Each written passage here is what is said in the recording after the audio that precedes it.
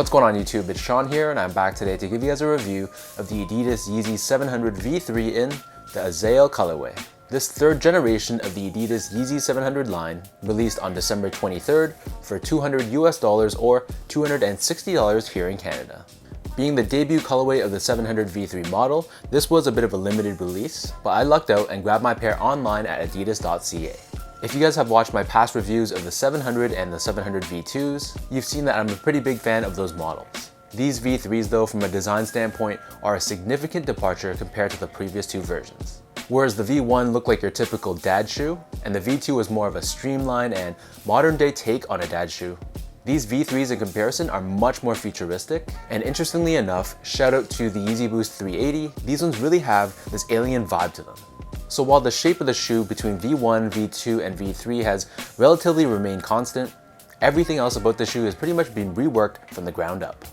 So diving straight in, starting things off taking a look at the edge of the toe box, here we have that familiar U-shaped overlay, which in the V1s and V2s was done in suede, but in this case, this is done in this rubberized material, which has a much more durable and rough feel in hand.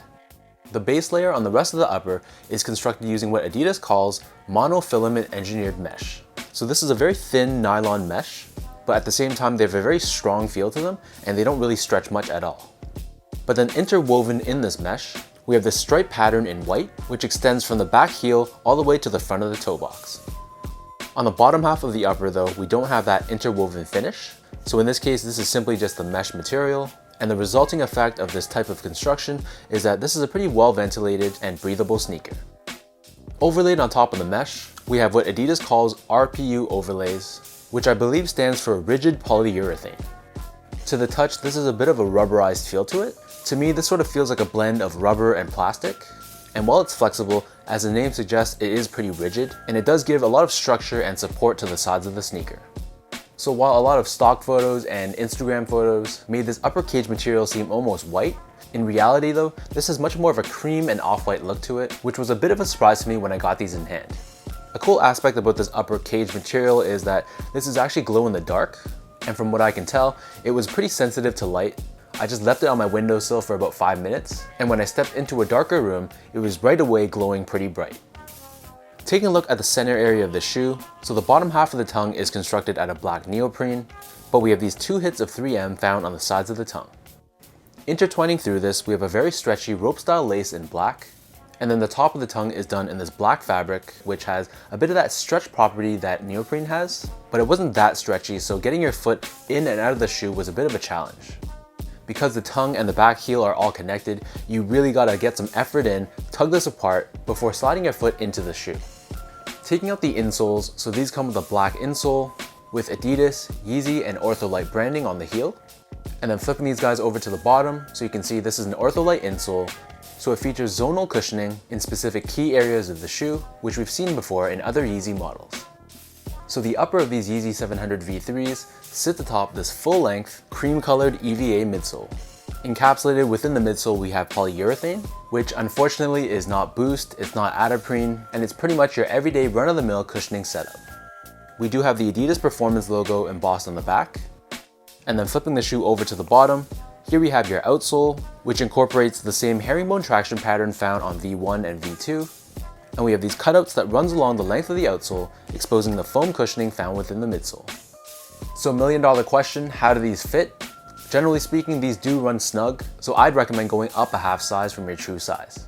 So my feet measures as a true size 10, slightly on the wider side. I originally got true to size, so a size 10, but when I tried them on, they were way too snug, so I was able to trade up a half a size to a 10.5.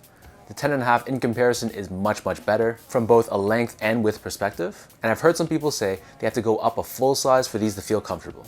I personally think that's a bit extreme. I think half size up should be perfectly fine. But as always, if you do have the chance to try these on in person, I definitely recommend that to really ensure you're getting the right size for you. In comparison's sake, so I'm a 10.5 in the 700 V1 and a size 10 in the 700 V2, and I'd say that these guys fit slightly more snug than the 700 V1s. Next up, from a comfort standpoint, so as I mentioned earlier, unfortunately these do not feature Boost, which the 700 V1s and V2s had. So my initial thoughts about these when I put these on feet were that they were pretty stiff, very firm, and pretty flat overall.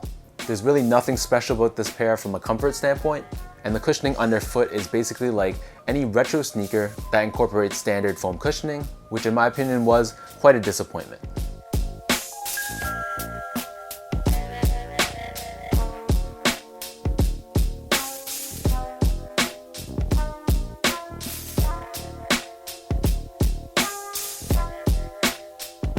So with all that said, now let's lace up these 700 V3s and show you guys how these look on feet.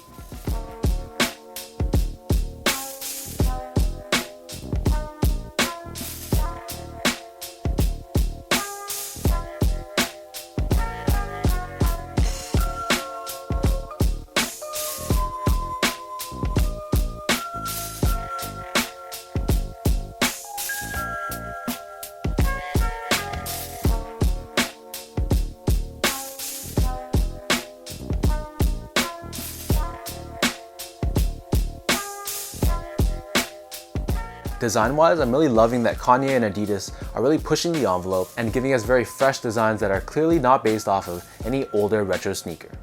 This shoe has a very organic and very alien vibe to them.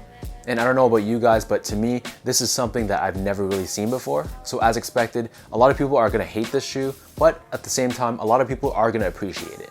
I would have liked to see Boost incorporated within the shoe, despite the fact that this was a cheaper price point than the V1 and V2, but for me, I think paying that extra price would have been worth it.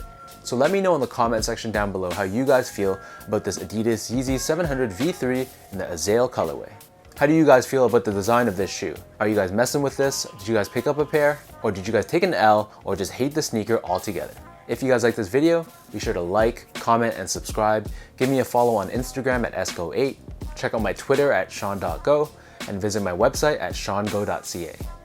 So until next time, thank you guys so much for tuning in. Hopefully you guys enjoyed this video, and I'll catch you guys in the next one.